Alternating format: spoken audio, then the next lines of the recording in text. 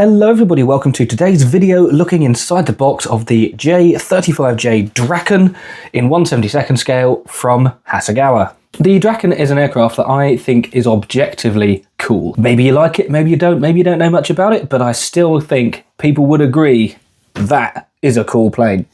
But I've never actually made a model of one before, so I thought for my first ever Draken, why not get the Hasegawa one? Looking at the box first, you can see we have this rather impressive artwork, although it does show the Draken from the back side rather than the front side, so it's a little bit strange, but it does show a rather eye-catching shark motif on the port wing, which is rather nice. Other than that, it really only just tells us that it's Swedish Air Force, and we have the artist's signature there, which has a date of 1995. On this long edge, it tells us Hasegawa Hobby Kits, multiple languages, just saying what I assume is the same as in English, contains parts for one model, paint and glue are not included with English instructions. Well, actually it says mit deutsche Beinleitung, Beinleitung, which I'm guessing is with German instructions. Whilst there is no copyright date showing, it does say that this was made in Japan N. Japan N? Japan N. It was made in Japan N. The other long edge gives us some key dimensions, as well as finally telling us the scale. Note how it wasn't on the front of the box, but it is on the side there, 1/72nd. A photo of an example of the kit made up, which looks rather smart, doesn't it? And over here, it does have a copyright date, also 1995, matching the artist date on the front, whilst once again reconfirming that it was made in Japan. And then the shop edges, this is quite a long box, so it's a little bit weird and it's obviously open, so it's trying to fall apart as I hold it. We have the same artwork as on the front, and we finally have a product code 51403, so if you want to look for this exact release, that's what you need to look for. But over here it also says kit number BP31600, so yeah, good luck with that. But I think 51403 is the actual kit number. And it also tells us it's a Swedish Air Force interceptor. The other shop edge is exactly the same, except it has a price label of £15 from modelforsale.com. I did not pay £15 for this. Unfortunately, I paid more than that, and I did not buy it from modelsforsale.com. I bought it from a well-known auction site online. I don't know why I said it like that. eBay. There is nothing on the base of the box. You can see where it was sealed. I have opened this myself already, so this arrived absolutely sealed, complete in box. Let's take a look inside.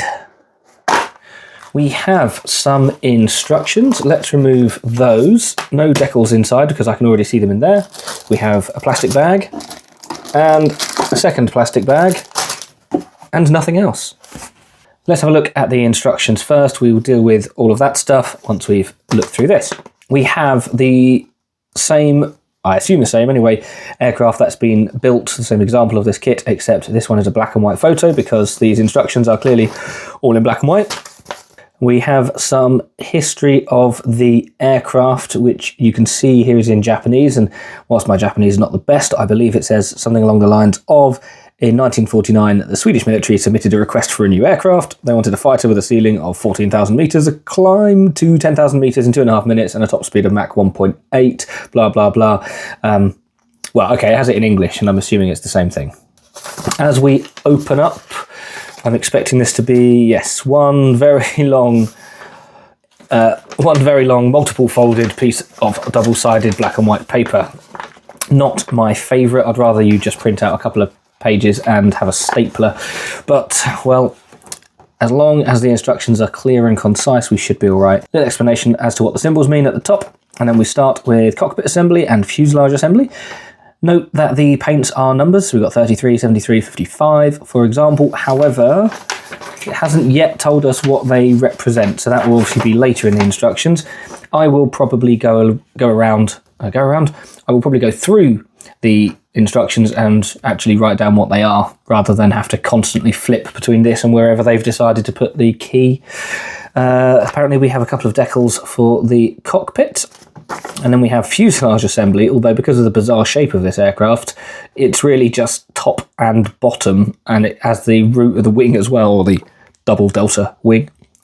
There are holes to open up as well. I'm guessing they're all for weapons, maybe.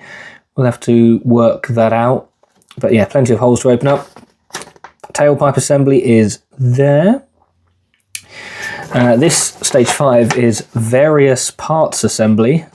Nice, well named. You mean the wings and some tail and some nose and some exhausts. It does state we need ballast, 5 grams worth of ballast in the nose.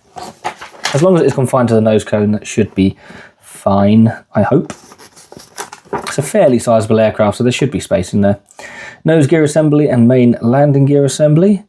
No mention of a wheels up version. Also no mention of a pilot yet, not in the instructions anyway. And there is a tail wheel as well. It does state to add weight despite it having a tail wheel, because the tail wheel is to help the tail not hit the ground when landing rather than something that the plane rests on.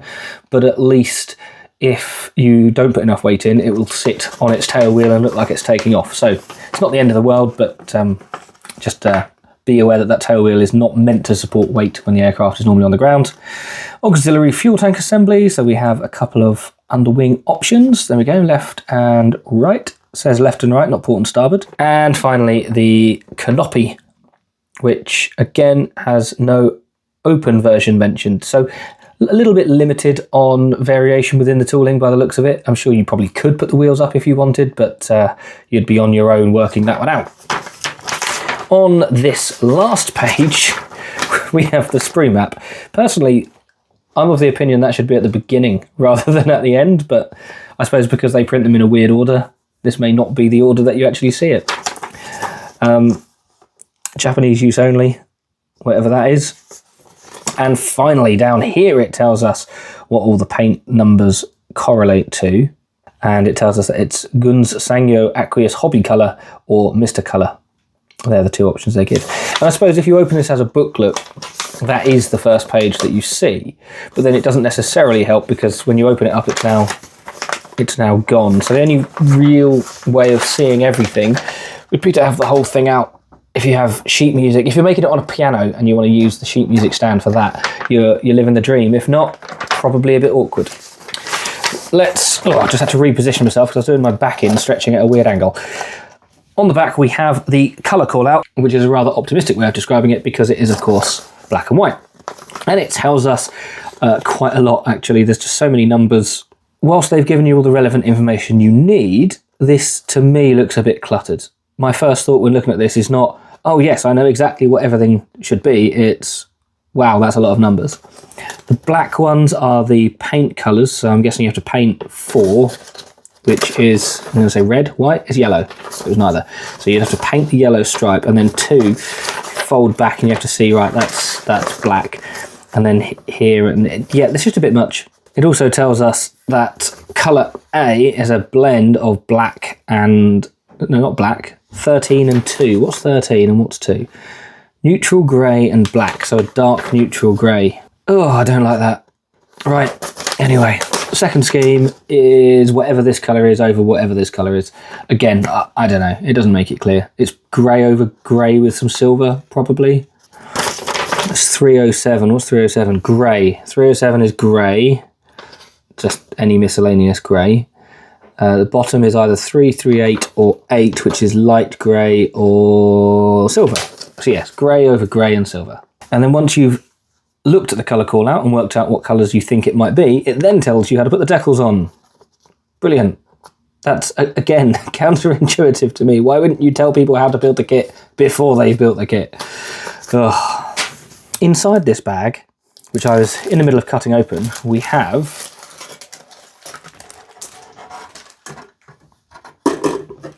the clear parts just chucked in, which is not ideal, is it? That's risking scratching, and in fact, given if the date is correct, and this has been in the bag since 1995, in those more than 3 decades rubbed up against some grey plastic, there are some scratches. I don't know if you can quite see that. Right, I've zoomed in a bit, you can see that there are indeed scratches on the clear plastic. That almost certainly is a direct result of just being chucked in a bag with a load of other bits of plastic. Oh dear. In terms of the rest of the quality though, that is absolutely fine. And in case you're wondering, this is Sprue F 172nd Draken. Right, normal service can resume now that we can look at the decals. These were at least facing away from the plastic, but again, still just chucked in the same bag. As they've already gone down the multiple bag option, why didn't they just put this in a separate bag? Interesting. Anyway, registration looks absolutely fine, as you can see. I particularly like the little shark boys, 4 and 5. Let's activate a bit of zoom. There we go, look at 4 and 5. They are rather lovely. You can see a bit of a grainy effect on these Swedish crowns. Not entirely sure why. But again, this is a bit harsh. I have zoomed in, so probably not going to pay too much attention to that. The actual sharks themselves also look nice. I like the teeth. Very, very good. But you can see that the registration's pretty good when you look down here, where it gives you what I assume are the pilots' names. And you've got these warning stripes as well. Yeah, rather nice. It doesn't say who made them, it just says 1995.4, made in Japan. Not a big fan of those instrument panels though, if I'm honest. They're not quite as good. Yeah, they look okay. Right, on to the kit itself. We're going to start here, which is sprue A 172nd Draken. This has the big Hasegawa logo in case the box didn't give it away enough. And yes, on the back, I felt something on the back when I touched it. It says made in Japan. But it mostly has the fuselage and wing root area, so the top and bottom. This gives us an indication as to the level of detail. You can see the rivets there, which are rather nice. Very, very fine. The panel lines are of the incredibly beautiful, fine variety, engraved. So recessed panel lines, absolutely beautiful. Yeah, in fact, the surface detail on this, it's fantastic. Wouldn't necessarily know that it was 30 years old if, well, we're assuming 30 years old, but more on that later, spoiler it is. Wouldn't necessarily be able to tell just from that fantastic surface detail. Very smart, and the grills there as well. Look how fine that detail is. Blimey. Yeah, it looks really good. We also have the bottom of the fuselage. You can see the wheel wells are included there. Again, loads more detail, loads of really fine bits picked out. Absolutely fantastic. We have the pilot's throne. Looks okay. It's a shame there's no pilot to sit on it, but looks fine. We've got a nose wheel. Well, I'm assuming it's a nose wheel. I've counted the wheels I can see elsewhere, so it's probably a nose wheel. It looks, again, really good. You've got a little bit of texture there on the tyre, but not much. Nope, take that back. That's not texture. It's just a round tyre. The actual cockpit area is pretty basic. That's it. Just a little bucket for the seat to go on. We also have the nose cone and some bits of undercarriage here, as well as the main wings over here. This is the underside of the wings. Got some holes in it for presumably mounting rails. So if you wanted it clean, tough, I guess. Oh, and that will be the tail as well. That's what that is. Very nice. Yep, good. That detail is excellent. Did you notice any flash? Because I didn't. Next, we've got these double sprues, which is B and C. On B, we have what I assume is an engine exhaust. It's either an exhaust or intake. No, it'll be an intake, won't it? We do also have a bent part number 5, whatever that is. That is going around a corner. I'm pretty sure that's not meant to be like that. And otherwise, some incredibly small bits of detail along here. It's an ejection point on that, which I'm assuming is a door of some variety. But if it's on the inside, that is all good. And sprue C, very, very small sprue, but it gives us some drop tanks and a wheel. There is a wheel. Okay, other than the one bent piece, looks good. And here we have sprue D and sprue E, again, joined together for whatever reason, with a few more small details. Nothing much on that side, but again, just look at how clean and crisp it is. No sign of any flash. It's not greasy in any way. The plastic feels fine. It's quite thick there. You can see how thick that is, but only on that bit, on the inside where it needs to be, on the the front, the bit you're going to look at. It's nice and thin. So that's obviously a design choice to make it thick rather than a problem. Yeah, excellent. And we have another sprue C, That's why when I looked at the wheels, I assumed that was the nose wheel, because there are 2 sprue Cs, although this one is not attached to anything else, which, whatever, that's fine. But again, exactly the same. And that is it. That is a very simple looking aircraft over 6 sprues of grey plastic, of which there are 2 lots of 2. And that's pretty much it. The entry on ScaleMate is here, and this gives the product code as 51403. However, it does also state down here, also listed as BP3. Whatever, I don't know. ScaleMate doesn't know, I don't know. It's either BP3 or it's just look for the picture. That's how you know which one it is. It also confirms that this was released in 1995, which would explain all of the copyrights, stating 1995. And if we scroll down even further onto the main product timeline, we can see the first release was this version here in 1994. So when I said earlier, spoilers, it was, yeah, it basically was. It's close enough. So 1994, new tool, and since then it has been released many, I keep messing up, many times as I scroll across. Look at all of these different releases, loads of them in some rather cool colours. Some of them looking more like a kite than others. And the most recent release is this one from 2024. Yep, the less said about that, the better. And it has, of course, been released by Hobby 2000 as well. Hobby 2000 are an Eastern European firm who rebox other people's kits, including a fair few from Hasegawa. So if you see this, it's also the Hasegawa tool. In terms of price then, this is sometimes available, but also not really.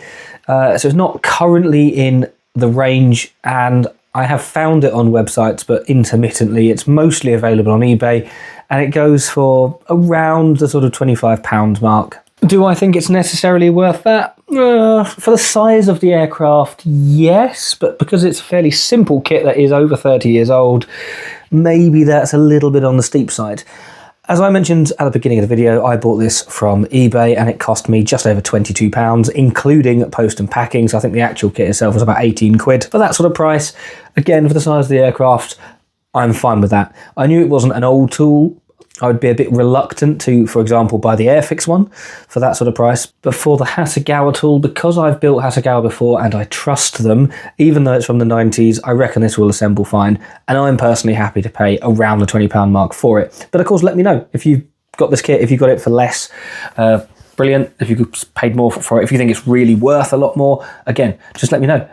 This is very much out of my depth. I don't normally buy Swedish aircraft. I don't normally buy jets. So I'm just going by what feels right to me. But of course, the real proof will be in how good it actually is to build. So that is what I am now off to go and do. If you've liked the video, don't forget to give it a thumbs up. If you've disliked it, you can give it a thumbs down, and you can also become a channel member like the people appearing on screen. These people get loads of spoilers, so they'll know if I've already built this, if I've been sneaky and built a kit before even releasing the unboxing. Why would I ever do that? Anyway, if you're interested, you could join them. If you're not, then don't join them. Simple as that, really. It's freedom of choice. I am very appreciative to the people that have joined, and you would be welcomed if you decide to come along as well. But now I'm going to wrap this one up. Thank you very much for watching, and hopefully I will see you again in another video.